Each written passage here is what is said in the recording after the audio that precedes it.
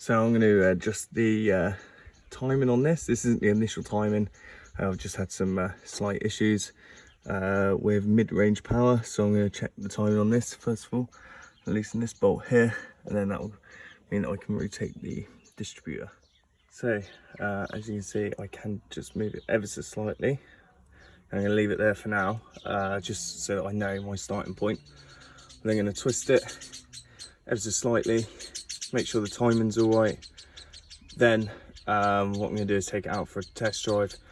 And the thing about these test drives is you need to make sure that you do bring it up to the correct running temperature, because what you'll find is if you don't, then sometimes you can get some mid-range power loss anyway, just because obviously everyone knows their cars anyway, so it's all right.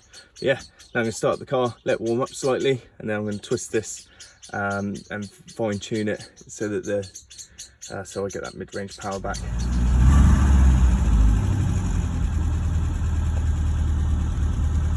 Once it's warmed up and the revs have died down a bit, I've still got the choke out at the moment, and we'll see what happens.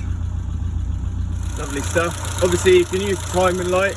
I'm just going to rotate this ever so slightly this way.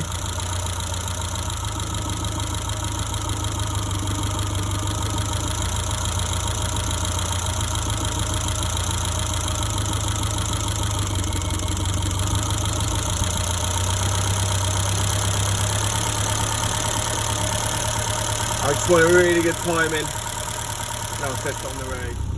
There you go, I have twisted it slightly and got the timing about there. Now I think it is going slightly above the idle, because I need to adjust the carburetors again. And then what I'm going to do now is give it a quick spin, and yeah, and see how it goes.